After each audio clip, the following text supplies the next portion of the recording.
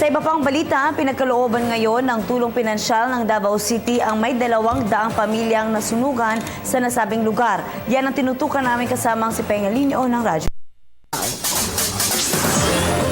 Miyerkules Santo ng gabi ng isang sunog ang sumiklab sa may 23 Dusty, kung saan mahigit 50 mga kabahayan ang natupok doon.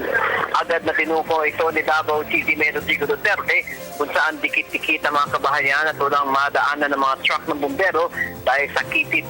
Kahit mabilis kumalat ang apoy at nadamay pa ang isang sikat na kainan na Luz Kinilaw na dinarayo ng mga turista.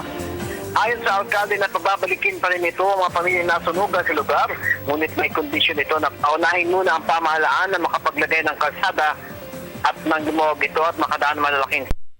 Binigyan tulong pinansyal ng alkalde ang lahat ng mga nasunugan mula sa mga may-ari ng mga bahay, sharers o nakikitira lang, mga renters at mga boarders na umabot sa 100 at 95 biktima ng sunog.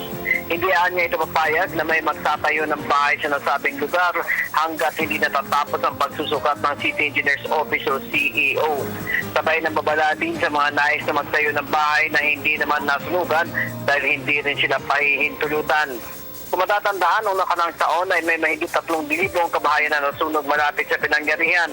Ang iba sa kanila ay nailipat na sa mga relocation at ang iba naman ay pinabalik pa rin sa lugar kung saan dito ang kanilang pangkabuhayan.